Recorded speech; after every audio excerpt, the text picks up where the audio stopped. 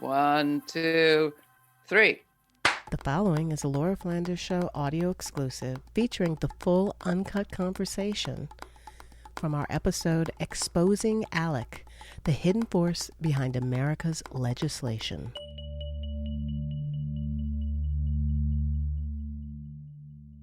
From total abortion bans to anti-trans bills to the overturning of common sense labor and environmental rules, as well as attacks on voting systems, given that the U.S. is supposed to be a democracy, have you ever wondered how laws get passed here that simply don't reflect the views of a majority of Americans? And have you ever asked yourself where some of the most extreme, even outlandish bills even come from? Since the early 1970s, ALEC, the American Legislative Exchange Council, has had a lot to do with all of that. For 50 years, ALEC has been functioning as a kind of reactionary bill mill, behind the scenes, strategically infiltrating government on behalf of the world's largest corporations and pushing policy and politics their way in return for generous financial contributions. In 2023, a coalition of organizations encompassing the environmental, labor, and civil rights movements has come together to call out the anti-democratic impacts of ALEC, and they're using the hashtag 50 Years of Harm. What can be done? Well, it's tricky, but we have two experts on hand. Lisa Graves is the executive director of True North Research and president of the Center for Media and Democracy, two of the preeminent organizations investigating ALEC and dark money in politics generally.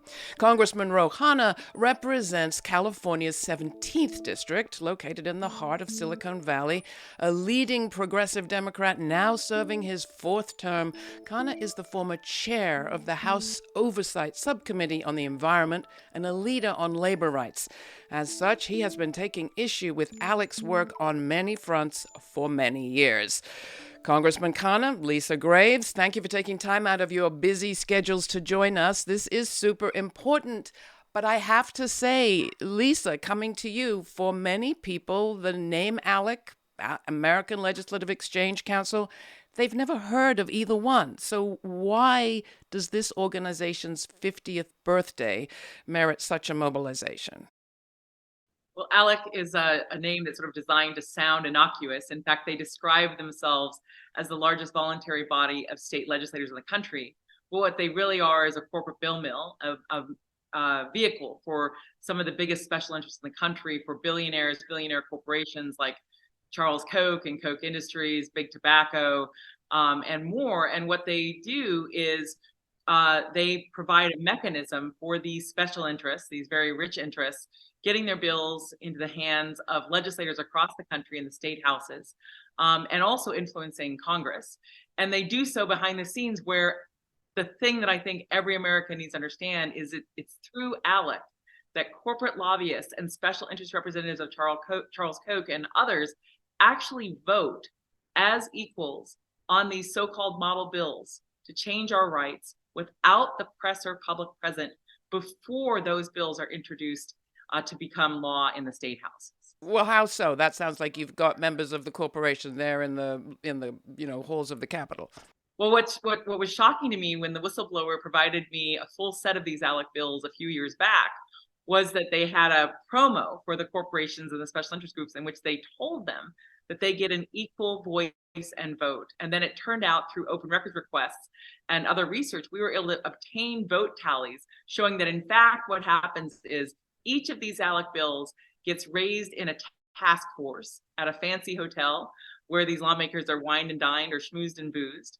And then they actually vote. The legislators vote and the corporate lobbyists vote on those bills, whether they should become the national policy, the national agenda for ALEC. And that has included bills like bills to make it harder for Americans to vote, the so-called stand your grounds laws that made it easier to get away with murder, bills to attack labor, bills to attack the rights of teachers, our public schools, and so much more. And these bills were all secretly voted on by corporations without you knowing it. In fact, in many instances, they were written by those corporations or special interest groups themselves. So, Congressman Khanna, how does that affect you? You come into office, perhaps in your freshman year. How have you had to contend with ALEC, or how did you come to be conscious of the fact that they were in the back room somewhere?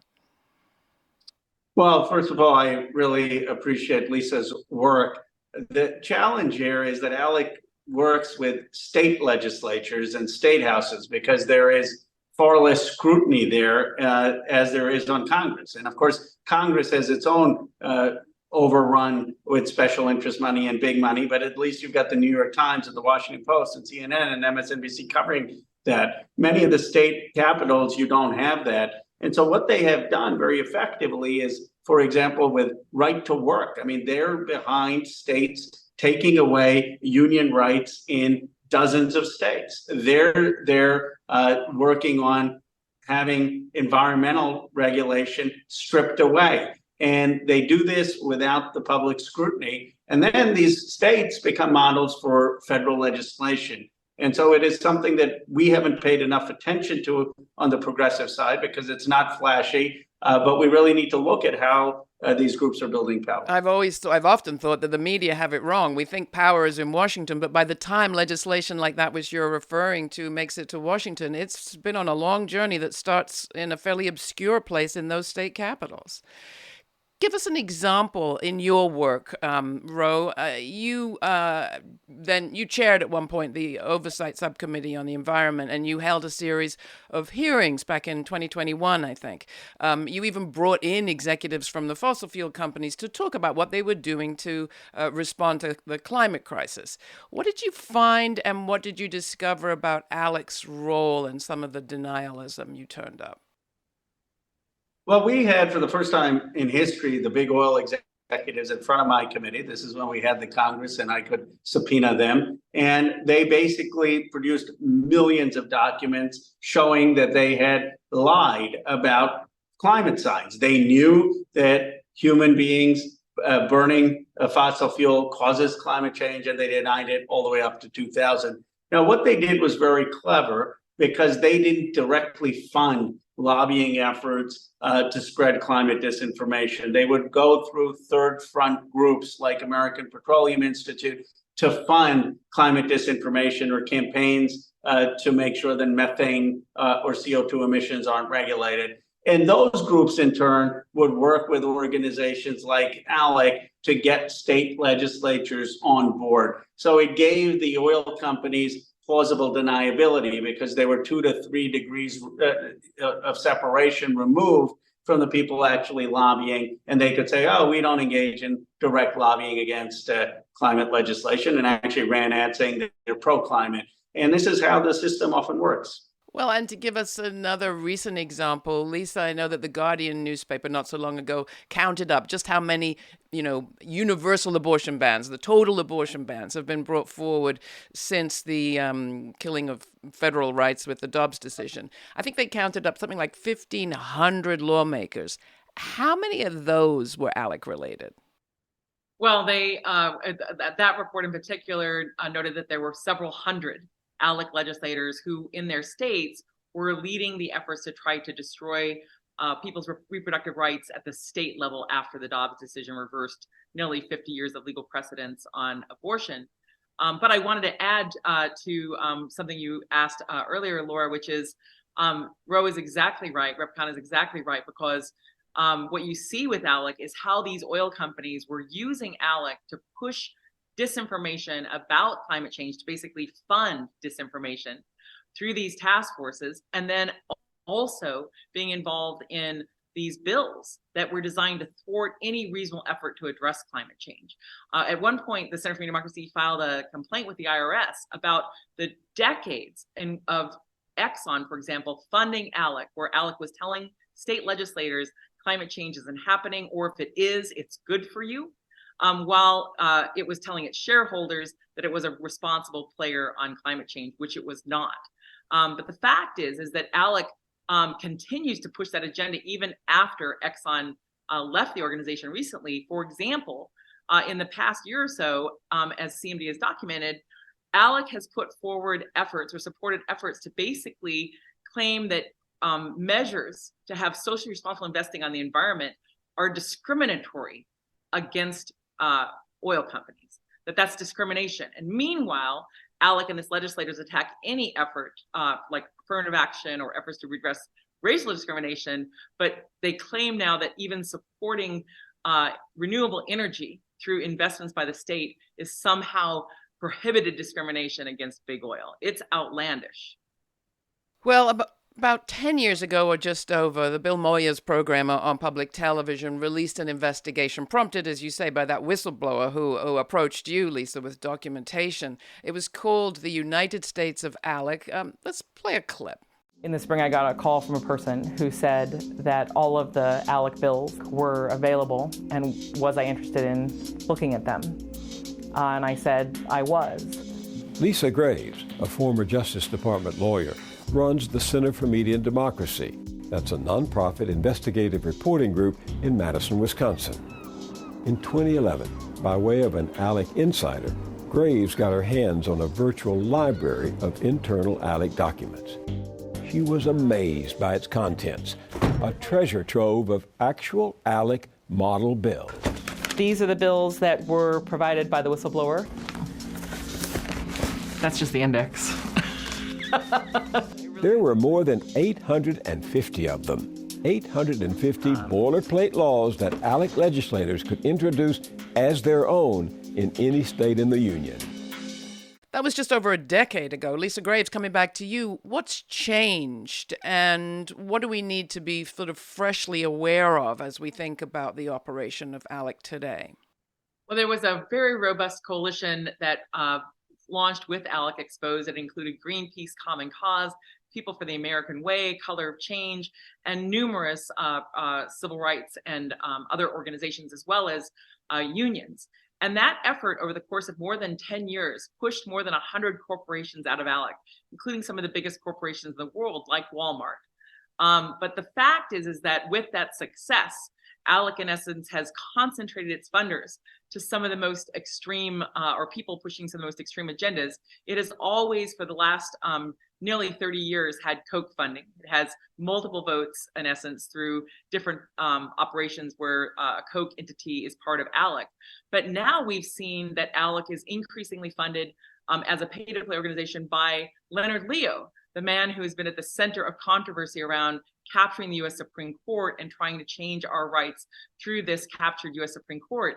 One of the things that happened recently is one of Leo's groups gave $100,000 to ALEC and then secured a place basically presenting to ALEC legislators through the so-called Honest Elections Project on ways to basically make it harder for Americans to vote, to continue to fuel this big lie, or what I call the big lucrative lie, that the GOP has been pushing now for more than 2 years. So they have a ban-ranked voting proposal in the works, right? That they have that. They also endorsed trying to remove direct election of U.S. senators, to put that in the hands of these state legislatures. They also have proposals to have a constitutional convention, which would certainly be fueled by corporate cash and cash from billionaires, to rewrite our entire Constitution. And they have other measures that are designed to try to monkey with the Electoral College, as well as they have deep involvement with Cleta Mitchell, the now notorious lawyer involved in the Georgia call with Donald Trump. Cleta Mitchell's efforts to try to expand and intensify this extraordinary, extreme partisan districting, these maps that protect these ALEC legislators and some members of Congress from having accountability to constituents by basically deciding who votes for them rather than having fair maps. At that session at ALEC, another outlet covered how Cleta Mitchell told those legislators to destroy their notes so they would not be available through state open records laws, based on the advice she was giving them about how to continue to consolidate basically minority rule in a country that's supposed to be devoted to majority rule democracy. If people are curious about how this gerrymandering works and took hold in a single state, North Carolina, they can check out our reporting on that earlier this summer. Coming to you, Congressman, you're a big supporter of labor rights, and the Biden administration has run on being positive for unions.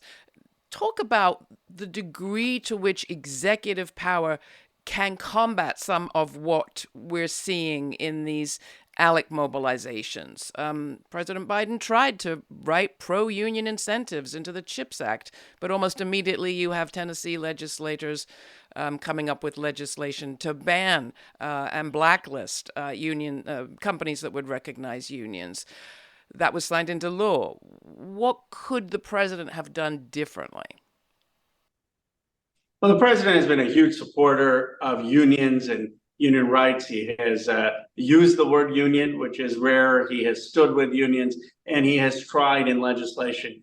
But the one thing, the lesson learned from the experience with the IRA and the funding going to Tennessee and Alabama is there needed to be far more strict executive guidelines on the distribution of that funding from DOE. Gene Sperling is now doing that, but we should have insisted that the funding go to projects that are neutral towards union organizing, that the funding go in states that are not going to be hostile to unionization. And the president could have written that into the executive criteria for the DOE and others. I think instead we had well-meaning technocrats just distribute the funding for what they thought was viable and exciting as a clean tech project without sufficient attention to labor. And the challenge with that, Laura, is you can't have a green revolution without the workers in Ohio, Pennsylvania, Indiana being on board. I mean, it's just not going to work.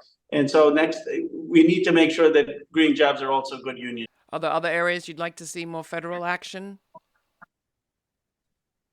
Well, there are many. I mean, obviously the living wage, but I think if we just linked if we had a massive effort at reindustrialization in this country, for example, new steel plants, we should be making the new steel plants here. They'd have 1/4 of the carbon footprint as China. We've gone from the biggest exporter of steel to the biggest importer. Let's do a Steel Act, but let's make sure we write the legislation in a way that they go to steelmaking towns and with a legacy of high-paying union jobs. Things like that we can do probably in industry after industry to rebuild the factory towns that have been hollowed out, to rebuild our working and middle class. I mean, we want to believe in democracy, and you believe in democracy, and we're constantly telling people to go out and vote.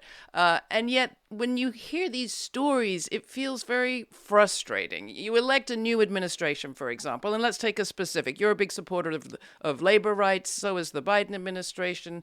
They've done what they can to kind of incentivize companies to recognize unions. It was written into the CHIPS Act. But as soon as the Ford company came to an agreement that it would voluntarily recognize the UAW in this new plant that's supposed to build lithium batteries there in Tennessee that had received state money, something happened. Can you talk about that and what we're up against and why these so-called ESG, environmental, social, and governance considerations are sort of so central to ALEC these days? Well, I have an op-ed coming out tomorrow, coincidentally, with Shawn Fain, who's the president of UAW, and I'll let the listeners read the op-ed. But the central point is that you have these big three companies getting billions of dollars from the American taxpayers, you and me. They have put $5 billion in the last few years on buying their own stock. They have their CEOs getting 40% increase in executive pay, and they're not willing to pay the UAW workers the same amount for new jobs at battery plants or at electric vehicle plants as traditional auto workers got. And the UAW workers are saying, you're getting bailed out with taxpayers, you're making record profits, where do we fit in? Why don't we have our stake in the American economy? Now, I believe I was a big supporter, obviously, of the CHIPS and Science Act, of the IRA, and Gene Sperling is trying to fix some of the mess, but there should have been far more standards in the administration's distribution of those funds. I mean, 70-80% of those projects were going to states that did not recognize unions. Well, you're totally right, Ro, but I mean, then you have the actual legislators in those states saying even those, recognitions that were given should be banned and seeking, I think, to blacklist companies that do recognize unions, right? Well, absolutely. And that's why I think we should have at the federal level requirement that if you're going to get this funding, you need to go to states that recognize a fair right of union organizing. I mean, you can't have all of this money. I mean, if it was going into Ohio, New Hampshire, Wisconsin, Indiana, some of those are red states, Pennsylvania. I mean, those were states with union history. Instead, most of that money started going down to Tennessee and quite a lot of it in Alabama, Kentucky, that didn't have a history of UAW or union organizing. And so one lesson that Gene Sperling now is on top of is to have higher standards. But to your broader point, I mean, this president has been the most pro-labor president in my lifetime, certainly in terms of talking about unions, mentioning unions, being willing to stand with unions. But he's up against large forces. I mean, he's up against a 50-year history in this country of corporate greed, where we said labor and worker rights didn't matter. We wanted to maximize shareholder profits per quarter. We wanted to have the cheapest consumer goods. And collectively, as a country, we watched as jobs were offshored, as worker wages were depressed, as income inequality grew. And now this president, with all of us, is trying to reverse it, but reversing it isn't going to be overnight. And it's going to take the type of progressive activism, coalition politics that many of us believe in, and the journalism that Lisa believes in. I'll just say this, that our challenge is not as steep as what Lincoln, FDR, or Dr. King faced. So, you know, we have inherited a lot of sacrifice from a lot of people, and we can continue to make progress for human dignity for every American. Well, people may remember that the president's first veto, I think it was in March of 23 or something, was around these very questions of environmental, social, and government factors when it comes to investing public money in pension funds and so on. And when that sort of thing hits the headlines, I think a lot of people scratch their heads. It's like, why is this even an issue that investors should be allowed to consider the environmental impacts of the companies they're investing in? Do you know where that came from, and how serious is it, Congressman? Well, it's totally hypocritical. One of my favorite lines of questioning was of the Alabama Attorney General. And I said to the Alabama Attorney General, have you heard of the situation with the Uyghurs in China? And he was unaware. And I said, well, let me explain that it's a huge human rights violation of Uyghur products and Uyghurs in China. Would you be for making sure American companies weren't doing business there? He said, yes. I said, would you be for having policies that we should be investing more in America and making more things in America? He said, yes. I said, well, if you are for having those values, then you are conceding that values can take a role in shaping decisions. And so why can't a company also say, we are going to care about climate, we're going to care about workers' rights? These are private companies that are adopting these standards in how they invest. When you go to shop, you can decide whether you want to buy something from some place which has environmental standards or not. And what the Republicans are trying to do, and what the president vetoed, was have a bill that would actually restrict private investors, private people putting their money based on their own values. And that's just un-American.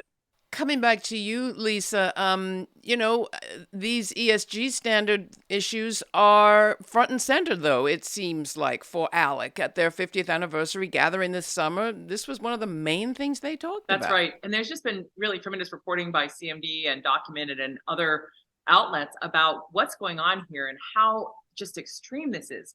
We have seen that some of these right-wing groups or right-wing funders, in essence, that are part of this have basically co-opted another thing for state financial officers, basically the treasurers of the state, and it operates like ALEC, where it's basically a pay-to-play group. These corporations are coming in, and what they're doing is they're trying to use those elected officials, those state treasurers, to take on and stop any effort by the American people through their elected representatives in those states to adopt common sense measures to try to get more renewable energy as part of the state investment, state pensions and more investments. And the idea that at this juncture, when any American who's paying attention can see the manifest climate change is underway and the devastating effect on humans, on our planet, and to obstruct a non-punitive measures, which, that's a conversation for another day, but just common sense measures to try to get more investment into renewable energy so that we can have a 21st century economy, a 21st century environment that actually recognizes the science that shows what's happening. And as Rep. Khanna said in that tremendous, amazing hearing that he helped put together for the American people, to see what these oil companies and coal companies and fracking companies and more have done to our planet, while they've funded groups that have obstructed or denied climate change, groups, for example, like Americans for Prosperity, Koch's, flagship group that has a key participation in ALEC. The idea that these corporations are so grossly distorting our public policy at the state level and trying to stop any reasonable efforts at the federal level, it's just really immoral, quite frankly, given where we are as a world. Now, we didn't invite anybody from ALEC to participate in this conversation because we just didn't think it would be fruitful or pleasant to watch or listen to. But I would imagine that somebody from ALEC might say, look, we were founded in the 60s as a reaction to a lot of the civil rights legislation, the movements that had made lots of social change. Today, still, unions and progressives have lobby groups. We're just doing the same thing. To which you would say what, Ro? That if they were just engaged in a citizen movement, that would be their right, but they're distorting it with big money, with billions of dollars. I mean, if there was a citizen movement on an issue that I disagreed with, questioning values on guns or on my fundamental beliefs on abortion or gay rights, and people were just organizing as citizens to express their views, I would say that's the democratic process. And obviously we have to uphold constitutional values under the Constitution, but also people have the right to participate. That's not what ALEC's doing. ALEC recognizes that on many of these issues, there's a 70, 80, 90% consensus against them. And they're trying to distort the democratic process by the use of big money. Where does their money come from, Lisa? And has that changed over time? No, I did the tally back in 2011 and it has not changed. Less than 1% of their annual revenue comes from state legislators who pay $50, $100 a year to be part of ALEC, the window dressing, and 99% of their funding comes from everything but state legislators. That includes huge corporations, as well as some of these big right-wing foundations. So they really are a group that is driven by some of the richest, powerful few in this country. And as Rep. Khanna mentioned, this is really about these very special interests, putting their thumbs on the scale of justice, distorting our policy at every level through their special access through ALEC, which ALEC sells, that it's giving special access, basically one-stop shopping for these legislators to move this agenda. And in many of these state houses, as Rep. Khanna mentioned, those state legislators have maybe only a couple staffers, like 2 or 3 people aiding them. And so ALEC comes in and basically acts as their unpaid staff. And in doing so is getting these extreme bills in the hands of those legislators. And let me just describe a couple examples. ALEC has long had measures to basically bar limits on ATM fees, not what Americans would want. They oppose windfall taxes on oil companies. I think most Americans would support that. They have relentlessly attacked Social Security, something Americans value deeply. They've been tremendously involved in trying to undermine public schools and defund public education. In fact, to destroy public education in accordance with the wishes of Milton Friedman. At almost every turn, their policies are not the policies that most Americans want. In fact, they're policies that most Americans dislike, don't want, and would never vote for. Well, this takes me or reminds me of the conversation I had recently with Naomi Klein about her book Doppelganger, where she says, a lot of people know there's something wrong, but there's a kind of silence around what exactly is wrong. And I think around this question of democracy, and I'm coming to you, Congressman, there's a sense that a lot of Americans have that something is hopelessly corrupt, that outlandish legislation is coming from someplace nobody they know, and passing. You, I know, are out there trying to tackle corruption and sort of increase confidence in democracy. How are you doing it? And how can people watching and listening perhaps help? I recently had a tweet that went surprisingly viral because none of the ideas in it were new. And I said the president and the Democrats should run on a few simple principles. We should ban all PAC and lobbyist money from federal elections, members of Congress taking it. I don't take PAC and lobbyist money. We should ban members of Congress becoming lobbyists after they're done their service or engaging in stock trading while they're serving, so that members aren't engaged in enriching themselves. We should have term limits for Supreme Court justices and some term limits for members of Congress and senators. You know, the turnover rate in the United States Congress, according to The Economist, is less than in European monarchical families today.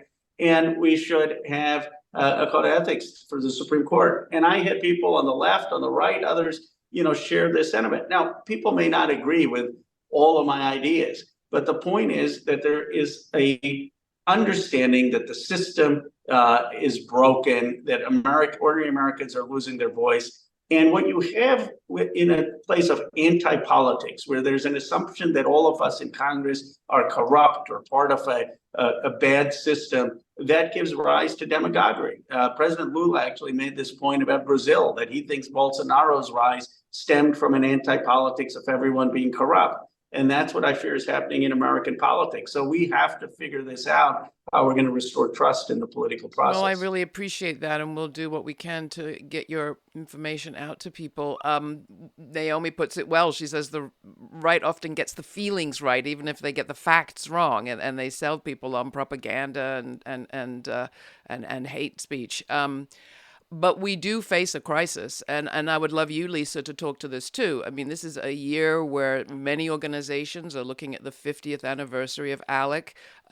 It's an organization that's been surprisingly hard to combat, really.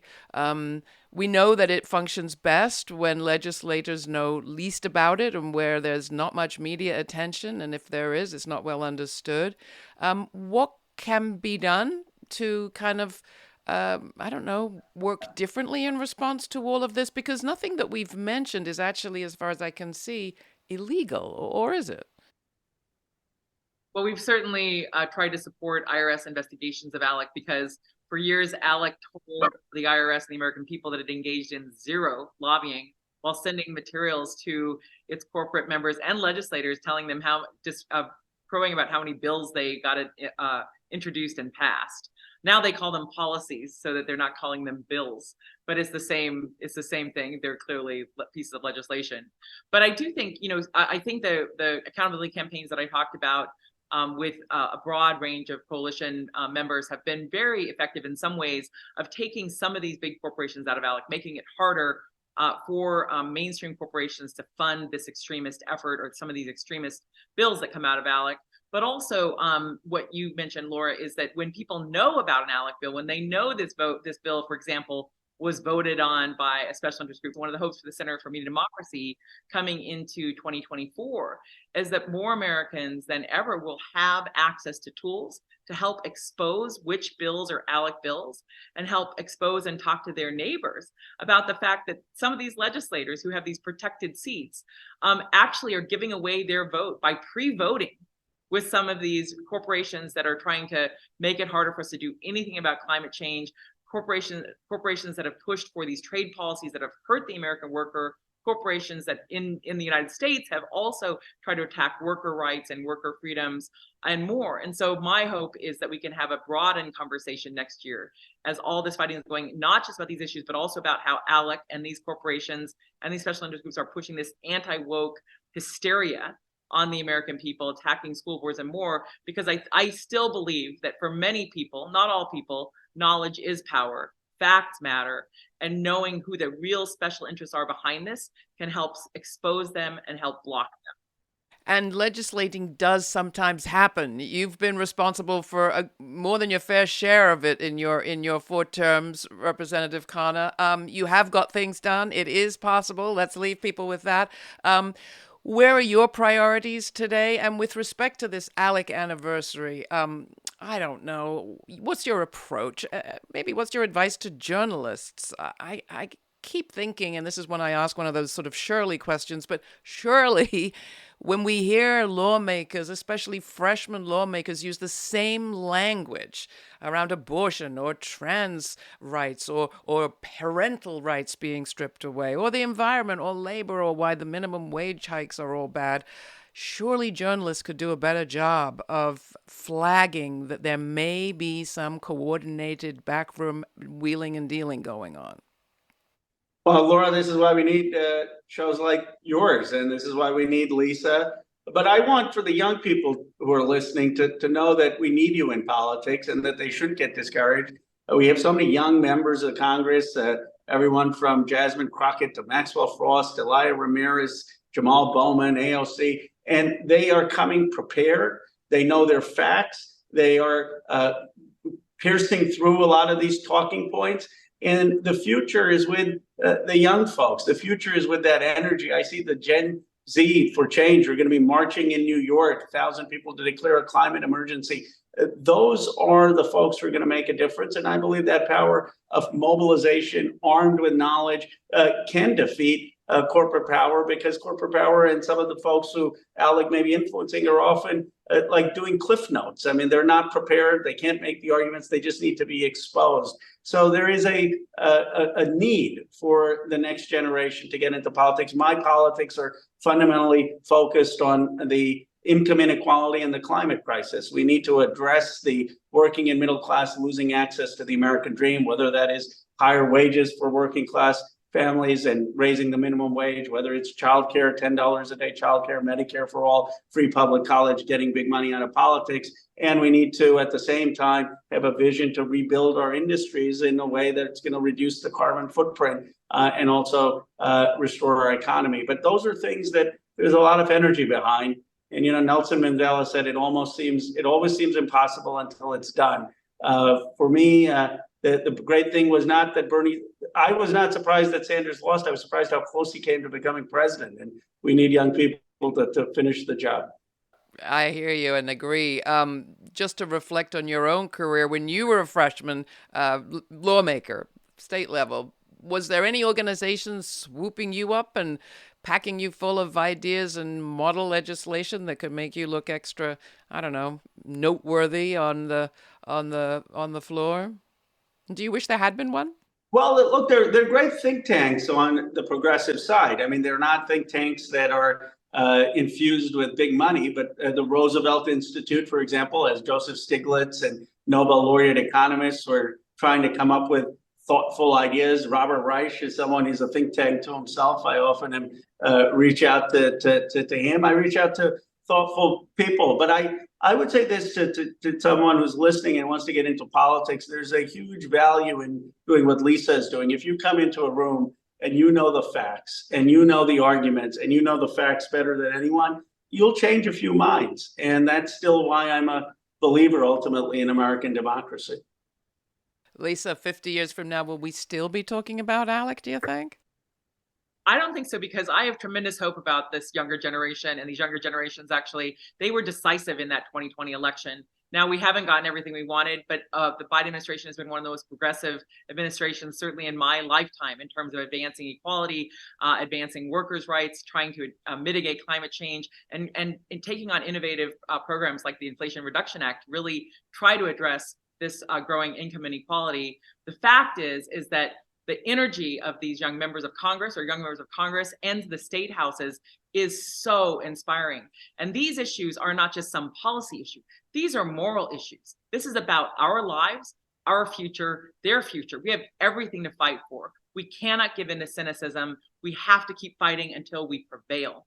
We have to keep staying with these efforts. We're not going to win everything overnight, but we can make change. And I have such tremendous optimism about the progressive young Americans who believe in equality, both racial equality, gender equality, economic opportunity, who care about our planet deeply, who get it. And, you know, we just have to come out in more numbers and just overwhelm them. We just have to keep wherever we can getting as many people to vote and keeping those conversations going about, okay, we didn't get everything, but we're going to keep on fighting, because you fight for moral issues until you win. Why do you care about this so much, Lisa? What's your young person story? Well, you know, I think I've always had a deep intolerance for injustice. I'm pretty sure I drove my parents crazy saying something wasn't fair. But there's, you know, obviously more to that story. There's a deeper story there in terms of my devotion to trying to help. You know, in my view, the Constitution mean what it says, that equal protection of the law means what it says. I have tremendous appreciation for example, the work of the Warren Court to say that equal protection means you can't have segregated schools, that the right to counsel means you have a right to counsel, that freedom of speech means you have a right to freedom of speech or dissent, and you don't have to engage in prayer in public schools or do the Pledge of Allegiance by the state compelling you. So I believe, I still believe, notwithstanding some of the flaws in the Constitution, that it matters, and that those principles have helped America be a broader, more diverse experiment in democracy that's worth saving, especially in the face of this assault by these sort of right-wing extremist fundamentalists who want to basically repress our society, regress our society, push the law back 100 years, and actually doom us on this planet because of their greed or their apathy. And we just cannot stand for it.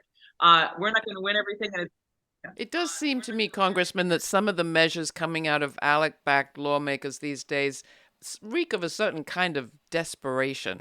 I mean, blacklisting companies that recognize unions, putting on a show of caring about the environment, but really just dressing up anti-environmental legislation. The fact is, it does seem that they might be on the defensive. What do you think? And how did you get into this? Well, I do think they are on the defensive. I think the conservative forces recognize that they're on the losing end of the future demographics of America. Now, I don't know whether that's 4 years, 8 years, 10 years, 20. I hope it's sooner rather than later. I thought it was when Obama won, but I obviously was wrong, and it's taking a bit longer. But ultimately, the next generation, they see the numbers. They don't believe in anti-climate policies, anti-gay policies, anti-women policies, racist policies. And so they are trying to entrench their power with desperate measures, and they're at least paying lip service to the ideals of the American public. For me, my story in many ways is the American dream. I mean, my grandfather spent years in jail alongside Gandhi in the Indian independence movement. That inspired the civil rights movement that led to the Immigration Reform Act that allowed my parents to come to America. Before that, Asians were basically excluded from the American story until the Immigration Act of '65.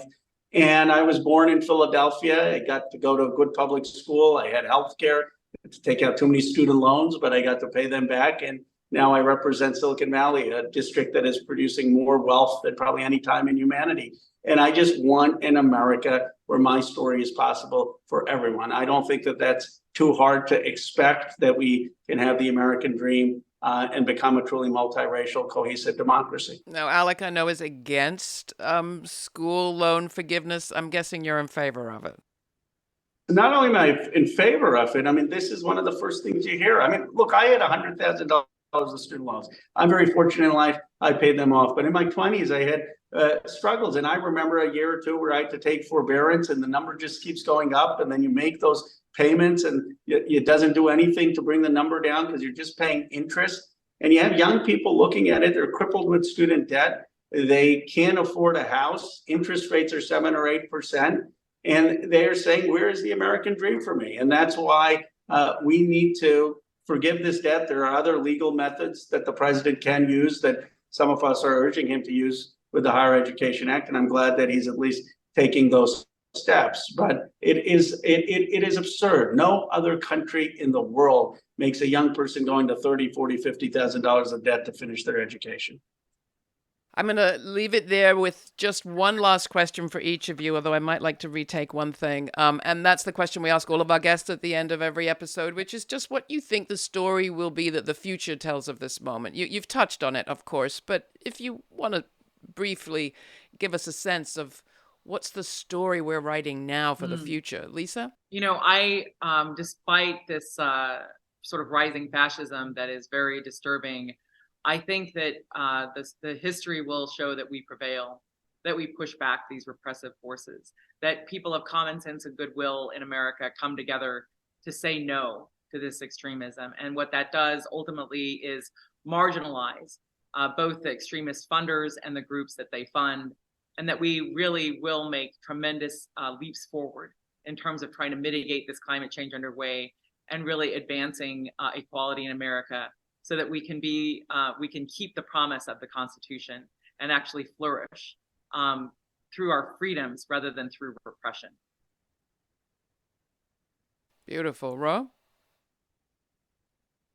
I believe this will be seen as a turning point in America, a sense of great uncertainty and anger, but a recognition that 50 years of policies that have hollowed out the working class and middle class are not working, that we made a mistake letting so many jobs leave in manufacturing, that we have to rebuild a working and middle class, and will be seen really as the beginning of a progressive era that President Biden was at the forefront of, but will be even bolder in the 30s and 40s. At least that is my hope, that is the direction that we will go. Thank you so much. I appreciate both of you taking the time, and I hope to get to see you again soon. It's been an honor to be on your show, Laura, and to be with you, Rep. Khanna. Same here. It's an honor to be on with you, Lisa, and thank you, Laura, for what you're doing. Happy to bring two good people together.